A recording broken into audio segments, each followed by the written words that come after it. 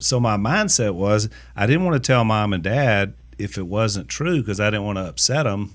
Like, because this is a life-changing situation if it's true. But at some point, we kind of, because me and you were talking about it since we both were in on the discovery, because we both concluded this is not one of these frivolous things we've got. Right. It looks like it may have some. We had to pursue it. So, So we called Zach, who's our cousin that works with our producing our podcast and Dad's show, and we were trying to kind of come with a game plan. So we kind of tried to figure out a way that like one of us could do a DNA test, because you were looking on the line and look, I recognized all the names of people I knew, Shores and Ivans and folks. People I grew up hearing Granny talk about. So I could see them all over there, and I was like, there's something connected here. And that's when we started saying, well, there's something here. But of course, there was a missing line. It would have been your line and your siblings and all of us. None of us are mentioned. So I was like, how could we do a DNA test? So we were trying to figure things out. And finally, Zach and I were talking, and Zach said, well, I'm just going to call her. What do you think about that? And I said, well, yeah, just call her. Just tell her we got the letter, because I started thinking about it. I thought there's a 45-year-old woman out there that doesn't know who her dad is, and she's looking. And I thought, even if it's not Dad, she needs to know it's not Dad. So Zach called her. He talked to her. He called me, and he was like, I don't know anymore in terms of whether it's actually true or not, but she's not out for anything. She's not, she's a Christian, and he gave me a little bit about her history. And so I was like, we got to tell Dad and Mom, we just got to go talk about this. And so I came out here to yours and Mom's house, and I told you, and I showed you the letter. Mm-hmm. And of course, Dad didn't remember anything, no specifics about it. It was interesting because Mom remembered a lot more than you did, which the more I got thinking about that later, you were drunk the whole time and like not in your right head, but Mom wasn't. So like she remembered a lot of specifics. She was like, well, that could have been, And so there were like some little clues in there about stuff that, that were in the letter. And so finally, I was where I was hoping you would say. You said, well, is there any way we can know for sure? And I said, yep.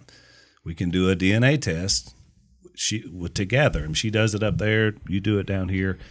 We do it with the same company, and we can know whether it's a match or not. And you said, well, let's do it because we need to know. We need to know this. And so then it was a weird time for me because, like, we're all praying about it. And, of course, by this time I told you guys.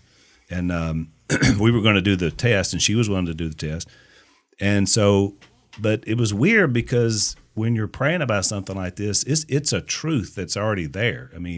She was either Dad's daughter and our sister, or she wasn't. It was an either or. So you can pray for anything specific. We just got to pray for truth, which I thought about it in a way. Isn't that what it's all about anyway? Just praying for truth to be revealed. And so we took the test. She took the test, and it took 2 or 3 days. And we were actually down with Jeff in Austin. And of course, Jeff is a nervous wreck. I kind of am too. And Mom is with us. And then we get the call. Zach called me, and he's like, well, it's a 99.99% match. And you gave that information to me. And then I called you. I said, yeah. And he didn't say, hey, Dad, how's you doing? I said, yeah. And he said, it's a match.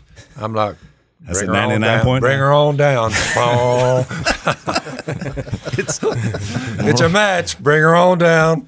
Which is a classic Robertson. I learned a valuable lesson, and they will meet this woman, and that'll be pretty cool. The audience will. We know that in all things,